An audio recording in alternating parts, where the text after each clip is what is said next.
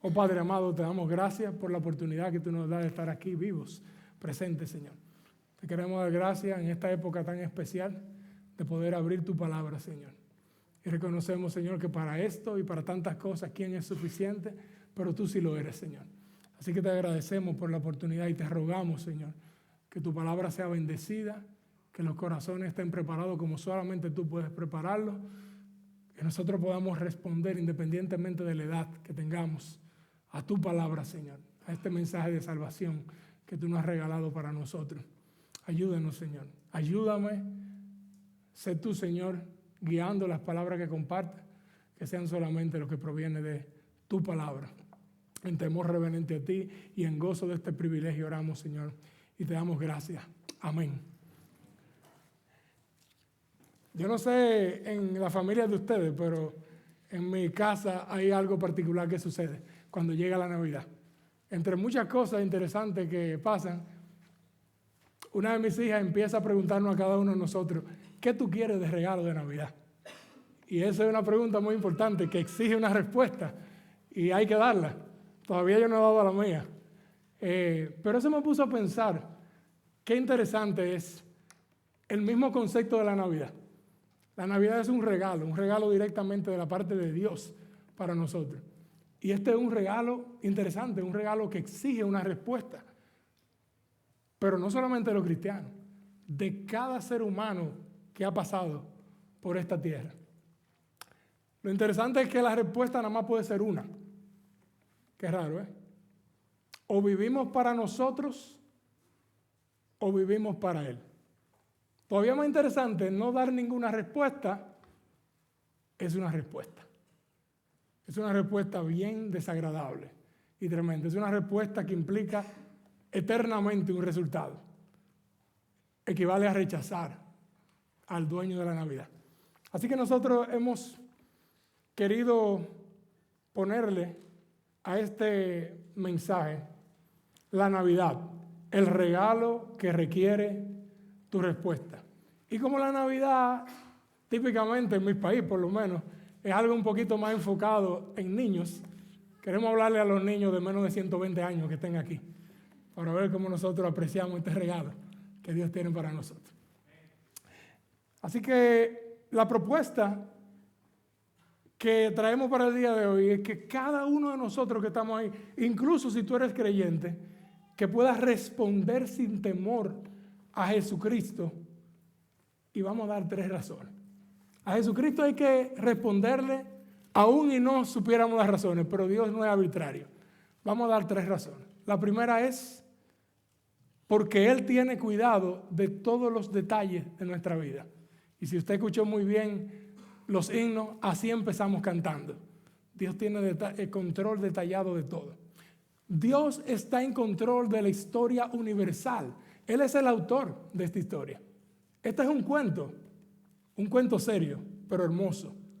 Y básicamente tiene unas etapas, tiene una trayectoria.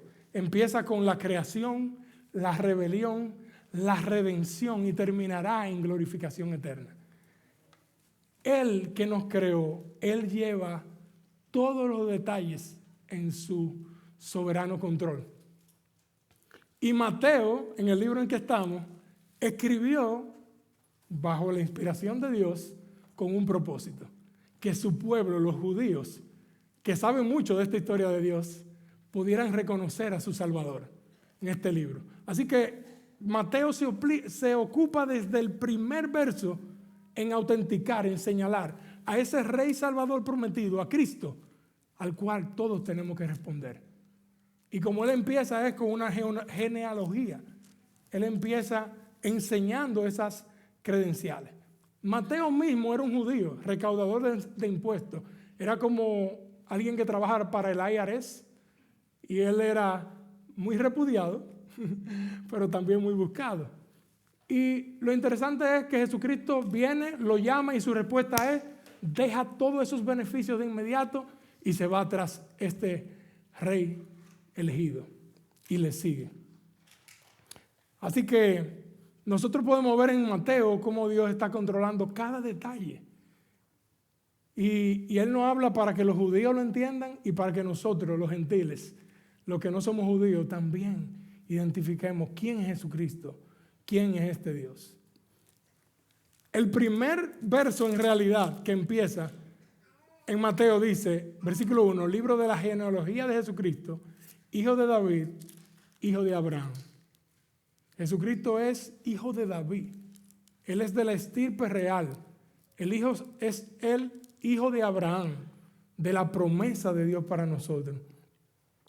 Cada detalle, y aquí hace una comparación como en Génesis 5.1, en el que se habla de la genealogía de Adán. Pero lo que está haciendo en todo momento Mateo en su escritura es enseñarnos los contrastes para que podamos ver la realidad. Así que él nos enseña que nosotros tenemos que esperar a un Salvador que es con un padre legal que es descendiente de David, pero que también es del estirpe real de David. Dos cosas. Y el cuidado de la genealogía, tanto de Marcos, que tiene una genealogía, una secuencia de quién es hijo de quién y cómo es que viene Jesucristo, y de la genealogía de Mateo, están asegurándose por varios medios de que nosotros veamos, este es el ungido, este es el rey esperado para el mundo. Así que lo que vamos a ver son cosas interesantes. La genealogía de Mateo, que no lo vamos a leer hoy, no se preocupen, hay detalles interesantes. Por ejemplo, esta genealogía incluye mujeres. Algunas de ellas son incluso prostitutas, otras son extranjeras. Y hay todo tipo de personas, porque algo que nos debe quedar claro es que no depende nosotros estar bien con Dios de una herencia religiosa, ni siquiera de algo de sangre. Porque mi papá es pastor, ya yo estoy bien con Dios. No. Esto depende de Él, de su gracia en nosotros, haciéndonos reconocer quién es Dios. Y Él tiene en control de cada detalle. Eso debe alentarnos. Esa es una buena razón para responder a Él. Así que nadie hereda por herencia, nadie hereda ser cristiano. Y en las genealogías vemos por un lado que este es un descendiente desde, en este caso dice, desde Abraham y sigue descendientemente hasta José. En la de Marcos entonces tenemos en cambio ascendiente, hacia atrás, hacia Abraham. Porque lo que tenemos aquí entre nosotros y en el mundo entero son dos familias. Una familia de la fe y una familia de la sangre. Una que desciende del Adán en pecado y otra que milagrosamente por un nuevo nacimiento responde a Cristo. Así que vamos a ver más detalles para que veamos el control que Dios tiene de cada cosa. Dice, cuando empieza el versículo 18, el nacimiento de Jesucristo fue así, estando desposada María, su madre, con José, pero en realidad en el original dice, no obstante, en cambio, mientras la genealogía, si usted la examina, dice, este Señor engendró a esta persona, de quien engendró a este. El versículo 18 que nos toca hoy dice, no obstante, en cambio, diferente, no fue así con Jesús. Jesús no es el producto natural de un hombre y una mujer. Jesucristo es la respuesta milagrosa que Dios nos da. Y vamos a ver que dice que este es Jesucristo, y nosotros estamos acostumbrados a verlo juntos. Jesús, el Cristo. Cristo significa el ungido. Es la misma palabra que usamos como Mesías. ¿Y ungido para qué? Se ungían para consagrar para una función especial. No sé si usted ha escuchado que se ungían a los reyes, a los profetas y a los sacerdotes. Jesucristo fue ungido por Dios. La palabra de Dios nos dice que Él fue ungido directamente, en realidad, por el Espíritu Santo. Recuerden cuando fue a una sinagoga y dijo, el Espíritu de Dios está sobre mí, ¿verdad? Él fue también prácticamente ungido cuando la mujer con el frasco de alabastro lo rompió y ungió a Dios, a Jesucristo, Él fue ungido también. En diversos momentos Él fue físicamente ungido, pero la unción que nos importa más es la unción directa de Dios. Dios estaba asegurando cada cosa para podernos traer este Salvador. Pero para los judíos, esto de un ungido, un Mesías, era otra cosa. Ellos esperaban un libertador de sus circunstancias, de sus problemas. Ellos estaban oprimidos por ese gobierno, ellos esperaban un libertador, un guerrero. Pero lo hacían ignorando las evidencias que están en la misma Escritura.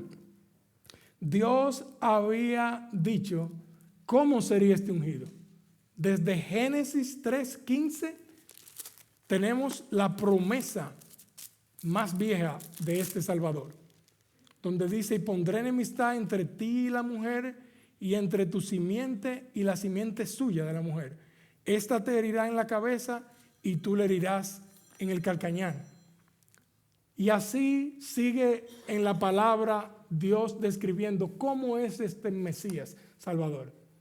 De una forma que no le agradaba a los judíos, dice en Isaías 53 que el elegido, el ungido, sería un siervo sufriente, sin apariencia, ante quien volteamos la cara para que lo deseemos.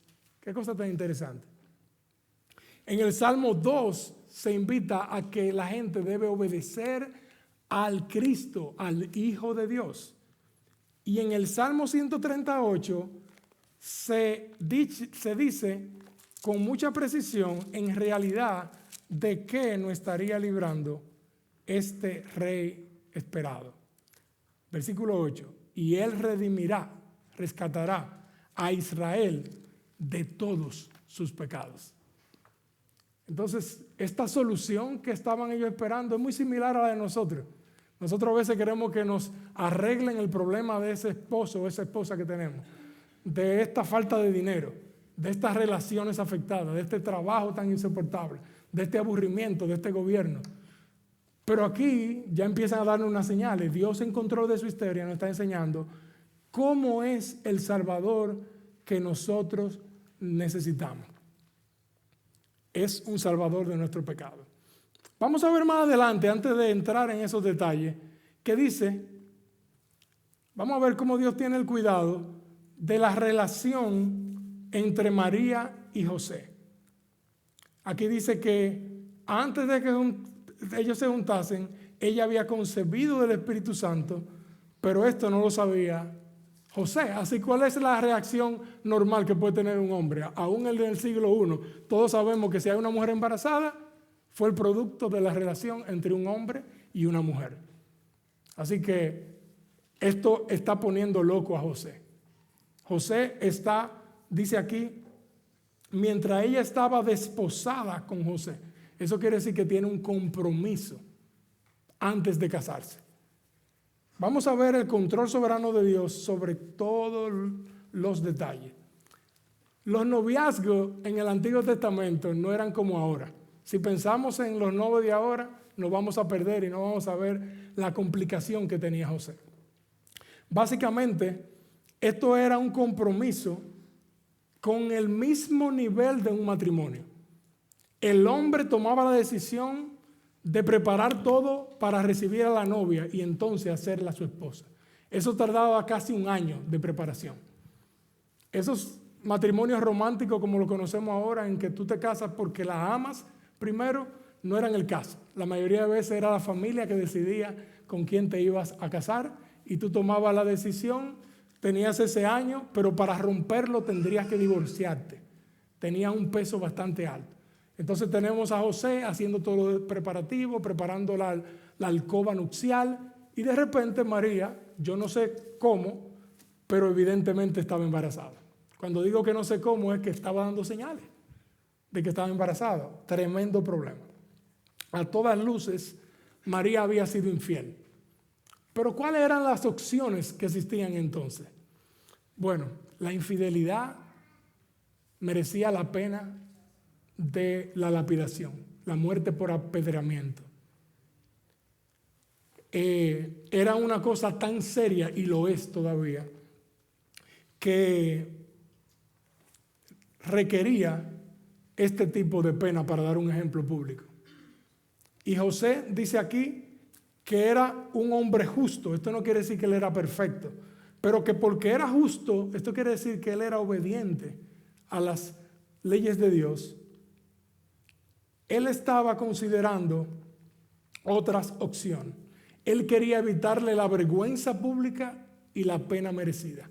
Y examinando la Escritura, muy probablemente, yo quiero asumir, él vio que hay otra opción. Se podía dar un certificado de divorcio. No se podía decir que era por adulterio, pero se podía dar un certificado de divorcio. Aquí vemos un rasgo de la piedad verdadera de José. Como todo hombre piadoso, no está enfocado en que se haga justicia con lo que le ha pasado. Es una traición grande. Él está enfocado en la misericordia que ha recibido de Dios y está buscando la alternativa. Él quería, dice aquí, dejarla secretamente. Eso quiere decir darle certificado de divorcio en secreto. Y dice aquí que entonces, mientras él meditaba, dice, y pensando él en esto, he aquí, y vamos a parar un momento para ver esto. José estaba pensando, José estaba considerando bíblicamente las opciones. ¿Cuántas veces nosotros estamos, lo primero que llega a la mente, no hizo esto, le toca aquello? José estaba meditando qué tenía Dios como opción. Y ya había decidido la información bíblica de cómo resolverlo. Pero dice, he aquí, un ángel del Señor se le apareció en sueños y le dijo, porque imagínense, ahora tenemos el problema de Jesús naciendo sin padre, no se iba a dar lo que Dios había preparado. Así que Dios hace para un evento extraordinario una intervención extraordinaria. Habla en sueños. Así que nosotros debemos tener claridad que Dios es tan soberano y poderoso que puede hablar como Él quiere. Pero cuando hay sueños son la excepción, no son las reglas. Ocurrió al José del Antiguo Testamento, ocurre a José aquí para aclararle de María, ocurre a José para que huya a Egipto, luego para que regrese de Egipto. Incluso a la mujer de Pilato Dios le habló en sueños. Pero vamos a ver, ya que vimos que Dios tiene el cuidado de todos los detalles en primer lugar, veamos rápidamente la segunda razón por la que podemos responder a Jesucristo en esta Navidad. En segundo lugar, porque Él siempre sabe mejor. Dios es más sabio que nosotros. Como dice Isaías 55, porque tus pensamientos no son como nuestros pensamientos. ¿Cómo así? Porque Él es tan misericordioso que eso no cabe en la mente humana. Eso es lo que quiere decir el término en Isaías. Él es diferente a nosotros. Nosotros tenemos que admitir, y aquí está el paso más grande para reconocer a Jesucristo en esta Navidad. Reconozcamos que nosotros no nos la sabemos todas. Lo que pasó en el Edén fue que el engañador nos convenció de que nosotros podemos vivir la vida con más sabiduría, pero aparte de Dios. Despegándonos de Dios, nosotros empezamos y abrimos lo peor, una descendencia en pecado, porque cada una de nuestras decisiones está marcada con el egoísmo y apartado de lo que Dios quiere. Y aquí él empieza entonces, dice, rescatándole la identidad de José, dice, José hijo de David. Yo me imagino que José ni siquiera se está recordando que él es del estirpe de David, pero él quiere, el ángel, ponerle en contexto su realidad para que José pueda tomar una decisión informada. Probablemente es en el cielo que nosotros vamos a entender el papel que Dios nos ha puesto aquí en la tierra. Pero la realidad solamente la puede saber Dios perfectamente. Y dice aquí, y dará a luz un hijo y llamarás su nombre Jesús. Ponle el apellido. Trae a tu mujer, cásate con ella. Fíjense que nosotros, por limitación hasta física, no podemos saber la realidad de todo. No sabemos lo que está pasando aquí atrás, pero por nuestro pecado no podemos saber los detalles de cada cosa. Y por eso necesitamos a Dios. Así que cuando nosotros asumimos, yo sé lo que le está pasando, fue aquella cosa. Aquí vemos que no, que nosotros no sabemos toda la realidad. Dios sí. Le dice, no temas recibir a María tu mujer, porque lo que ella es engendrado del Espíritu Santo es. Y dará a luz un hijo y llamará su nombre Jesús, porque él salvará a su pueblo de sus pecados. Todo esto aconteció para que se cumpliese lo dicho por el Señor por medio del profeta, cuando dijo, he aquí, una virgen concebirá y dará a luz un hijo, y llamará su nombre Emmanuel, que traducido es Dios con nosotros. Dios mío, pues no es nada que sabía José de lo que estaba pasando. Toda esta información. Así que Dios puede usar muchos medios para hablarnos, pero en última Dios usa la palabra de Dios para aclararnos las cosas. Milagrosamente utilizó un ángel, pero fíjense que Él lo conectó a lo que dice la palabra de Dios. Y fíjense que Él nos dice qué es lo más importante de tu vida. Sí, José, tú tienes esta situación. El pastor Eri nos decía en la oración esta mañana, como un eco de esta palabra, yo no sé lo que tú estás pasando, Dios sabe, pero Dios le dice, espérate, oye tu mayor necesidad. ¿Dónde lo vemos? Dice, y darás a un hijo y le llamarás Jesús, porque él salvará a su pueblo de sus pecados. El nombre Jesús quiere decir Dios salva. Ahí está implicado la mayor necesidad en esta Navidad y la mayor necesidad que tenemos todos los que estamos aquí. Nosotros necesitamos un Salvador. ¿Qué no es ese Salvador? No es un genio de la lámpara. No es uno que está para revolucionar Estados Unidos, nuestra sociedad.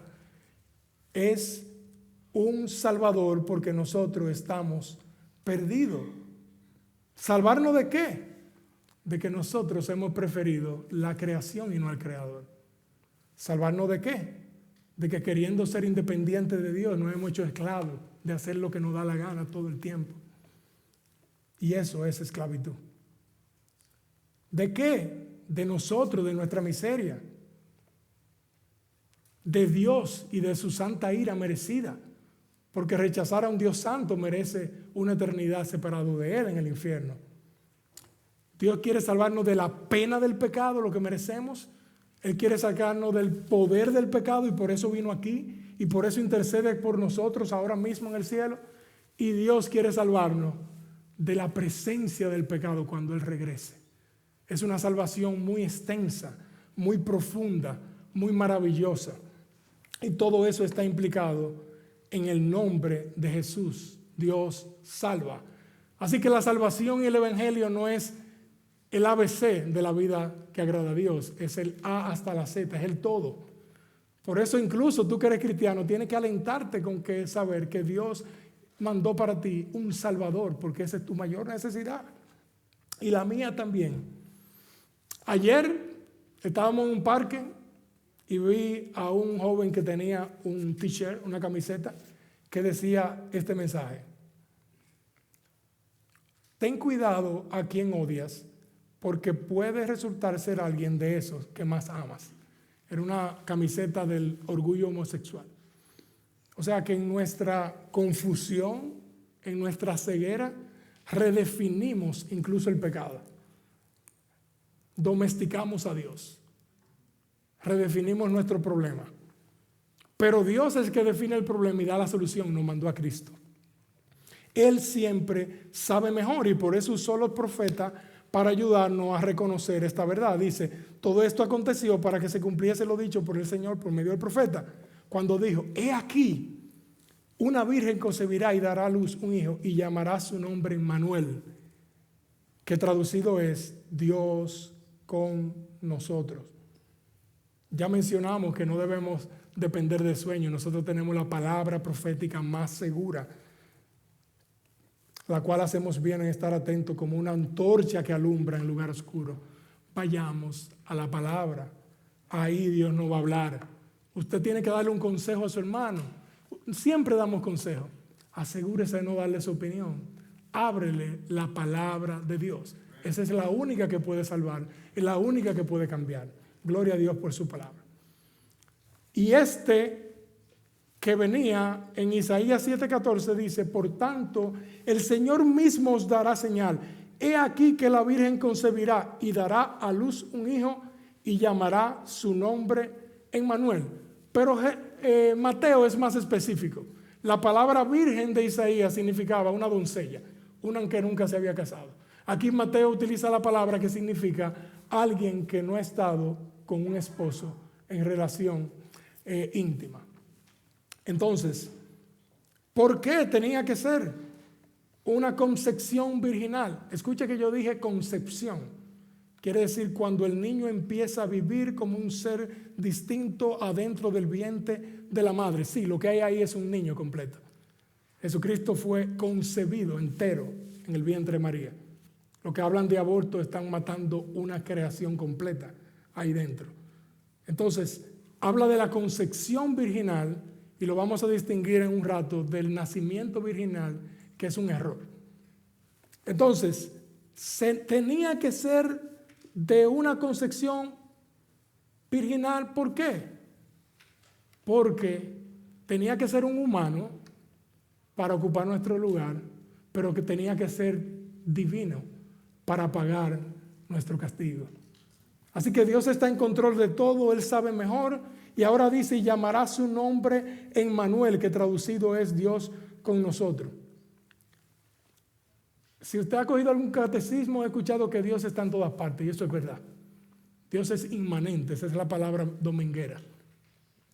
Nosotros en Él nos movemos y vivimos. Su esencia está en todo lugar. Pero Dios con nosotros se refiere a la relación de comunión con Él. Una relación que solamente tú y yo podemos tener cuando venimos a los pies de Jesucristo. Así que ese Dios con nosotros en esta Navidad no le aplica a todo el mundo. ¿Tú quieres que Jesús sea Dios Emmanuel con él?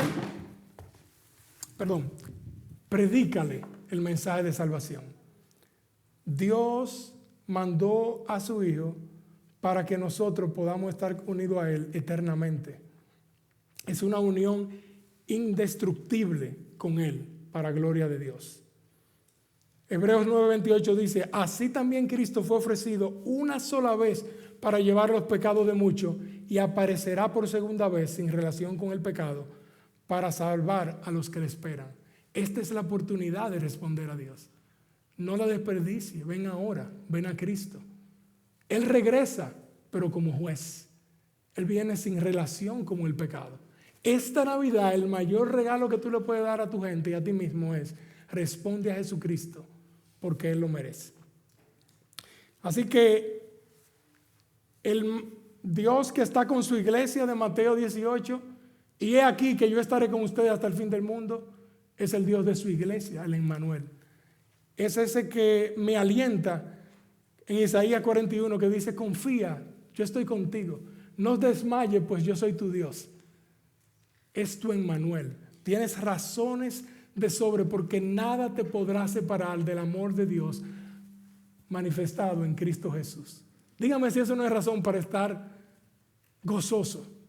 Yo estoy en una prueba, nos recordaba nuestro pastor, pero Dios está conmigo. Dios no se ha mudado. Dios no está sosteniendo. Él no es diferente. Así que no hay que temer si temo a Dios. Qué cosa tan rara.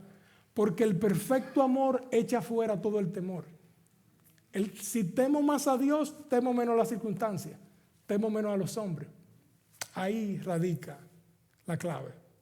Así que en esta Navidad, no se desesperen, hemos visto que podemos responder sin temor a Jesucristo, porque Él tiene cuidado de todos los detalles de nuestra vida. Vimos también que porque Él siempre sabe mejor. Vamos a ver ahora, en tercer lugar, que podemos responder a Jesucristo sin temor, porque Él mismo es quien produce en los hijos de Dios esos frutos de obediencia que Dios les demanda. Él mismo es el que produce en nosotros aquello que Él nos demanda. Versículo 24 dice: y despertando José del sueño, hizo como el ángel del Señor le había mandado, y recibió a su mujer. Pero no la conoció hasta que dio a luz a su hijo primogénito y le puso por nombre Jesús. Dicho de otra forma, estén persuadidos de esto, que el que comenzó en vosotros la buena obra, la perfeccionará hasta el día de Jesucristo. Por tanto, amados míos, como siempre habéis obedecido, no como en mi presencia solamente, sino mucho más ahora en mi ausencia, ocupaos en vuestra salvación con temor y temblor. Porque Dios es el que en vosotros produce así el querer como el hacer por su buena voluntad. ¡Wow! ¡Qué descanso! Primera de Tesalonicenses 1:9. Ellos dan testimonio de cómo ustedes se convirtieron de los ídolos a Dios para servir al Dios vivo y verdadero. Así que Dios no solamente sostiene la historia para traer a Jesucristo, sino que Él te está sosteniendo ahora mismo, dándote el fruto que tú debes dar. Qué alivio, qué descanso. Qué cruel sería que nuestro dueño nos exija y no nos equipe. Ese no es el caso de Dios. Quítate esa religiosidad de tu mente inmediatamente. Dios no espera que tú desempeñes para salvarte. Él te salvó para que tú vivas para Él. Él te ama tanto que no te va a dejar como te encontró. Gloria a Dios. Y despertando José del sueño, hizo como el ángel del Señor le había mandado y recibió a su mujer. Y dice aquí que Dios, lo que veo es que le regaló un momento de lucidez a José para que viera su mayor necesidad y las circunstancias la dejara atrás y entonces se moviera en obediencia. ¿No es eso lo que tú necesitas en este momento también? Que pueda ver más grande a Jesús, ver tu necesidad de hoy, de ese Salvador, y que te pueda mover en obediencia. La estrategia de Satanás siempre va a ser distraernos de qué tan bendecidos somos, hacernos sentir miserables y víctimas, para que nos quejemos contra Dios, dudemos de su carácter, con que Dios dijo, y no podamos confiar en obediencia gozosa en Él. Ahora, para finalizar, ¿cómo son esos frutos? Hay un librito que yo ando por aquí, que lo compré para la crianza, se llama Palabras Sabias para Mamás, una joya. Y enseña cómo es la obediencia de un cristiano, no de los niños. Y lo resume en 3 aspectos. Dice que la obediencia que agrada a Dios debe ser inmediatamente, completamente y con el corazón alegre. Me encanta esa cosa para niños porque como que uno le pone menos resistencia para aceptarla. Entonces la obediencia que agrada a Dios es inmediata. No es como la de los fariseos, que es externa. Es inmediata en verdadera sumisión bíblica. Miren, yo pienso, y quiero no estar equivocado, que después de que usted aprende a vivir en continuo arrepentimiento y confianza en Dios, la cosa que todo cristiano necesita más es aprender a vivir en sumisión en esta tierra.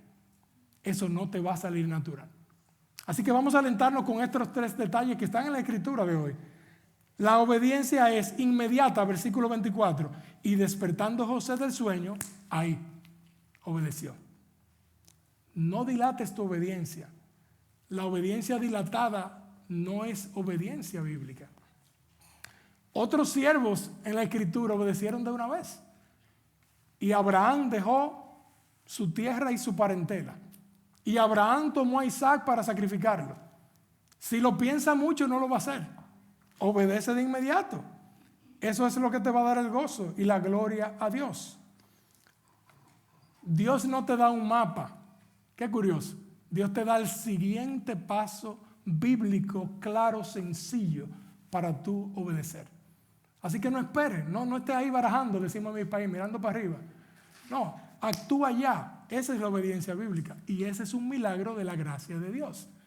Por eso esto apunta al Evangelio, porque cuando yo a mi hijo o mi hija le enseño por qué tiene que obedecer, la única respuesta no es entrenamiento, es arrepentimiento y ampararse del Espíritu de Dios, porque nadie puede obedecer como Dios lo demanda. si no viene a los pies de Cristo. Entonces, si tú todavía no has entregado tu vida a Cristo, ¿qué estás esperando? Este es el momento de salvación. No te engañes. Dios no se está dilatando como algunos creen. Él está esperando que si tú eres creyente, tú respondas. Responde hoy. Mira tu verdadero problema. No te confundas con sentirte víctima o con las situaciones. Conoce a este Dios poderoso, amante, compasivo, que mandó a su Hijo para que tú tengas una relación con Él. Ven ahora, ven a Cristo, ven ya. Ahí donde tú estás, haz una oración y dile: Señor, perdóname. He vivido a mi manera y para mí cuando tú me creaste para ti. Gracias, Señor Jesucristo, por dejar en la cruz completo, pago, satisfecho, el infierno que yo merecía. Gracias por triunfar en esa resurrección para darme amistad con Dios Padre otra vez. Gracias por dejarme al Emmanuel, al Espíritu que me acompaña hasta que tú regreses por nosotros, Señor. Ayúdame a vivir para ti. Hazlo hoy, sálvame. Y Dios te va a salvar. Hazlo ahora. Y si tú eres creyente, yo te digo brevemente que tú estás esperando para hacer esos ajustes sencillos en tu vida cotidiana que glorifican a Dios. De este lado de la eternidad nunca va a ser el mejor momento para nada. Hazlo ahora. Ahí en tu familia vemos aquí un modelo de la prioridad de la familia. La dignidad de la familia, incluso de niños adoptivos como Jesús, como nosotros, de Dios. Haz el paso ahora de obediencia. Sirve a tu pareja, sirve a tus hijos, sirve a tu iglesia, sirve a tus vecinos. Muévete ya. Haz un plan escrito comprometido de vencer ese pecado mortificándolo. No lo dejes para mañana, hazlo ya. Veamos en segundo lugar que la obediencia es completa. Hizo como el ángel del Señor le había mandado y recibió a su mujer. No está invitado a que tú pongas cosas de más, que no sean bíblicas, ni cosas de menos. Sé fiel y haz lo que te dice la palabra de Dios. Ora, medita la palabra, busca ayuda en hermano y hermana piadosa, consulta a tus pastores, pero obedece completamente lo que Dios te dice. No se te está pidiendo dar un salto al vacío, sino un paso firme de confianza. Dios no es arbitrario. Tú puedes confiar en Él. Así que la obediencia completa no es la hipocresía externa de los judíos. Que Juan le dijo: oh, generación de víbora, ¿quién le enseñó a huir de la ira venidera haciendo cosas externas, viniendo a bautizarte? ¿No es mejor que ustedes empiecen a dar frutos de arrepentimiento genuino? Responde completamente al llamado de Dios ahora. De este lado de la eternidad no hay escenario perfecto, solo confianza completa en ese que tiene el control de todo. Y finalmente, la obediencia que agrada a Dios es con el corazón alegre, es gozosa. Pero no la conoció hasta que dio a su hijo primogénito y le puso por nombre Jesús. ¿Cómo yo demuestro que es gozoso? Porque Él se excedió. Cuando usted está gozoso en un trabajo, usted no nada más barre lo que le mandaron, usted barre las otras habitaciones. Caminó la milla extra. Por si acaso, para que no le pase lo que le pasó a Eva, en el capítulo 4, que dice que Abraham conoció a Adán, eso quiere decir tuvo relaciones maritales con ella, a Eva, la cual concibió y dio a luz a Caín. Por si acaso yo iba a dar la milla extra. La conservó hasta que naciera Jesucristo. Así que eso es una fábula del nacimiento virginal. María y José, como todo lo que Dios le da la gracia, tuvieron más hijos, hermanos y hermanas. Gloria a Dios por eso. Entonces, fue una obediencia gozosa y todo esto del nacimiento virginal es una mala concepción simplemente. La hipocresía no tiene demostración de ningún arrepentimiento ni ningún gozo. Hacer cosas públicamente, yo aquí aparentar que soy el mejor cristiano, es sumamente fácil. Servir a Dios en mi familia, en mi trabajo, donde nadie me ve, eso requiere la gracia milagrosa de Dios. Atrevámonos a vivir en el anonimato para hacer famoso a Dios, como lo hizo José, como lo hizo Moría, como tantos hermanos y hermanas nosotros conocemos aquí que sirven y nunca han sido mencionados aquí arriba. Sigamos el ejemplo de un servicio gozoso que glorifica a Dios. Como dice nuestro pastor Eric, tú tienes la audiencia más importante, la audiencia de uno, Dios frente a ti. Vive para Él. Nuestro Dios siempre cumple sus promesas y así como Él mandó a su Hijo, Él nos va a sostener. Gloria a Dios por eso. En conclusión, en esta Navidad yo quiero que tú disfrutes todos los regalos que tú puedas regalar y lo que puedas recibir. Pero asegúrate, por favor, de darte el mejor regalo. Asegúrate de darle el mejor regalo a tu familia, que es que conozcan a Jesucristo y respondan sin temor por todas estas razones que vimos en el día de hoy. Vamos a orar. Oh Padre Celestial, te damos gracias porque tú eres un Dios bueno de toda provisión. Oh Señor, tú nos diste lo más importante que es a Jesucristo, nos diste un Salvador. Y Señor, en tu gracia tú nos das incluso tantas bondades aquí para que disfrutemos. Haces salir el sol para buenos y malos. Oh Señor, tú sostienes a nuestra familia, incluso los que no son creyentes. Pero hemos visto, Señor, la urgencia, la importancia, lo razonable de responder a ti y a tu Hijo Jesucristo que vino para salvarnos. Regala en el día de hoy vida eterna para mucha gente, Señor. Que vengan muchas almas a tus pies. Y ayúdanos a nosotros a vivir gozosos, porque estamos convencidos de quién es el Dios que nos salvó y que nos sostiene. Llévate toda la gloria en esto. Sostiene tu iglesia, Señor. Sostiene las familias representadas aquí.